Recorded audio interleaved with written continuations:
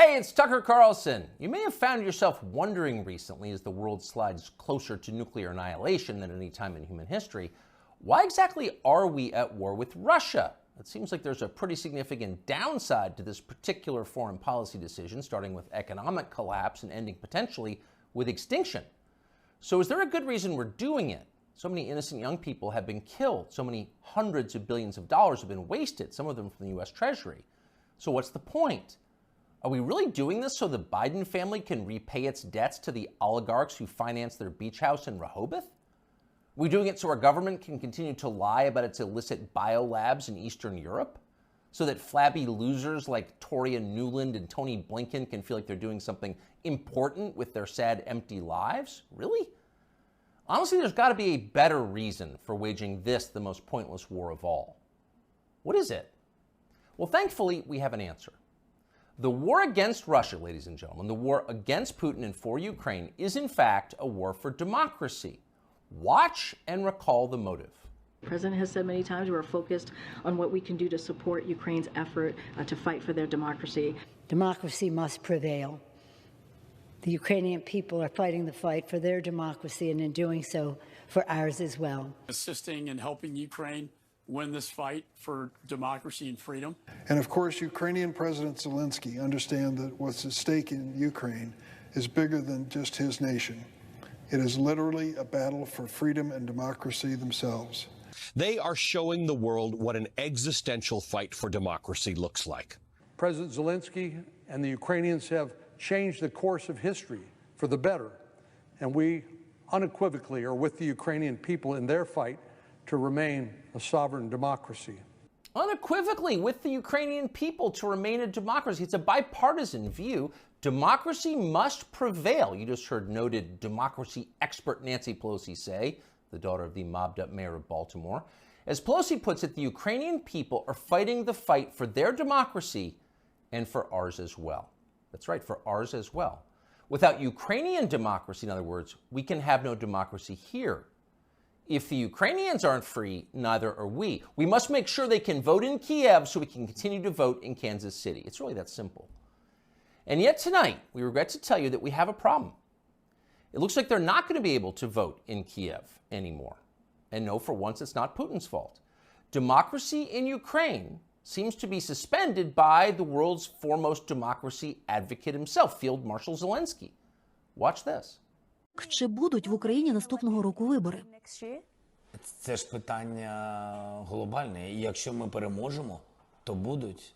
Значить, не буде військового часу, не буде війни. А вибори повинні проходити у мирний час, коли немає війни, згідно законодавства. So when you have an election, well, he says if we win, we'll let people vote. Otherwise, no. You vote when we feel like it, because ultimately we're completely in charge and make all the rules. Your job is to obey or be punished. That's our version of self-government. Self means me. I'm the government. Now, that's not just any autocrat. That's our chief ally in the war for democracy. This is the guy who just announced he's likely to cancel next year's elections. So you've got to wonder what the Biden administration thinks of this. We can't possibly continue to support Zelensky, that guy, after he said that, can we? Because in a clip less than 30 seconds long, he just blew up our entire rationale for supporting his side in the war. So we can't support him. Oh, of course we can.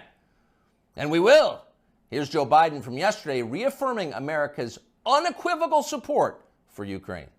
No matter what happened in Russia, we, the United States, will continue to support Ukraine's defense and its sovereignty and its territorial integrity. So to recap, we are currently fighting a war for democracy on behalf of a leader who just casually announced he's happy to end democracy, and our democracy-supporting leaders have no problem with that. In fact, they're strongly for it. Shocked? You shouldn't be. Of course they're for it. You should have seen this coming. Wars for democracy always cancel democracy in the process. That's why our leaders love them. And they all do it, even the virtuous leaders. Abraham Lincoln suspended habeas corpus. The British government under Winston Churchill threw an entire opposition party into prison and let them rot for the duration, in some cases with their families. So in a war for democracy, you can do anything. Imagine what a man might do who has fewer principles. If that man, say, ran Ukraine, he might seize churches, arrest priests, ban all criticism of himself, disappear his political opponents. And that's happening. Just last month, Zelensky threw a man called Gonzalo Lira into prison indefinitely for the crime of daring to write about the Ukrainian government in unflattering ways.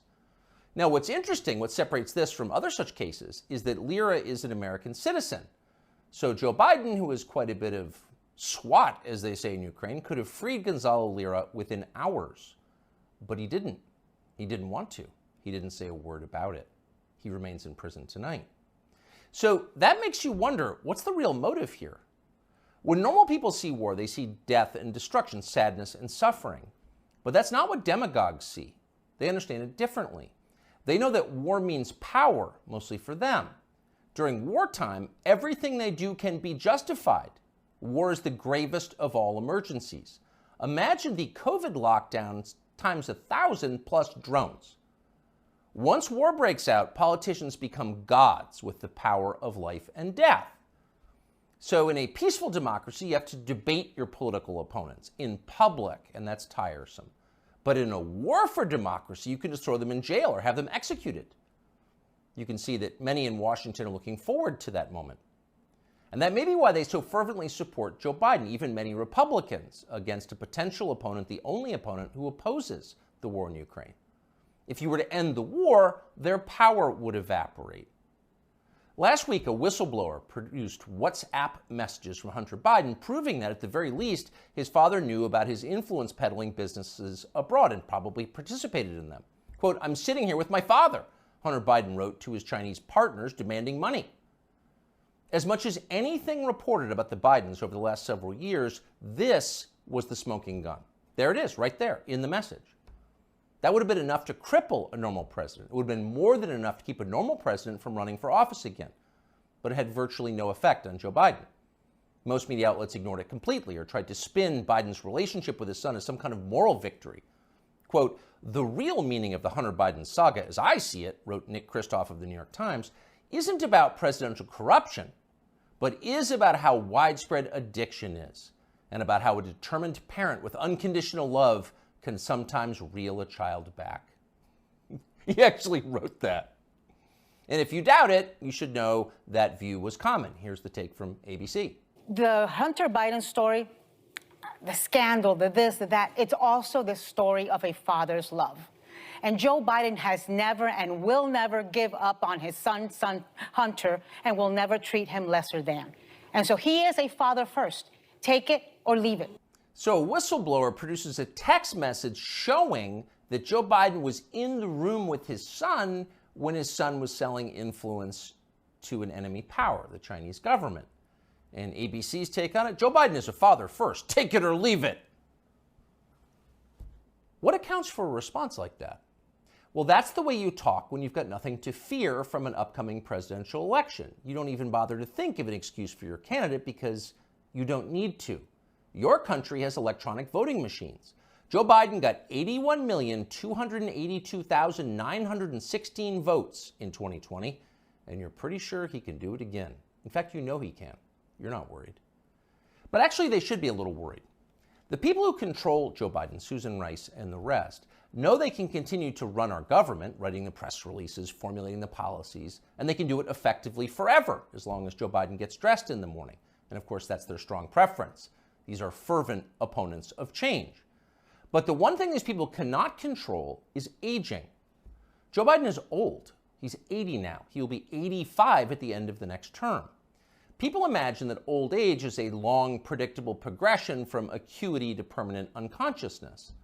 But often that's not at all how it actually works. When old people start to slide, they tend to slide fast. Joe Biden has begun that descent. Here he was yesterday. And here's what she wrote to me, and I quote, "You can imagine my joy.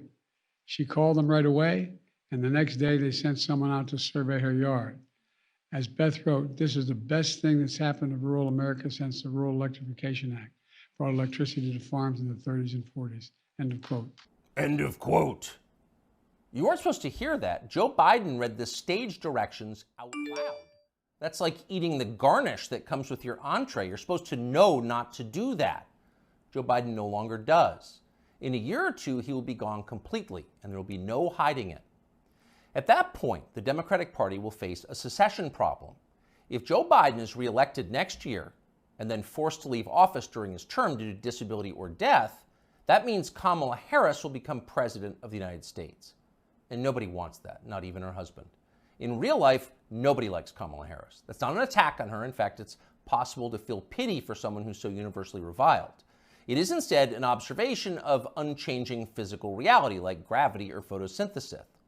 Nobody wants Kamala Harris to be president. No one will benefit if she becomes president.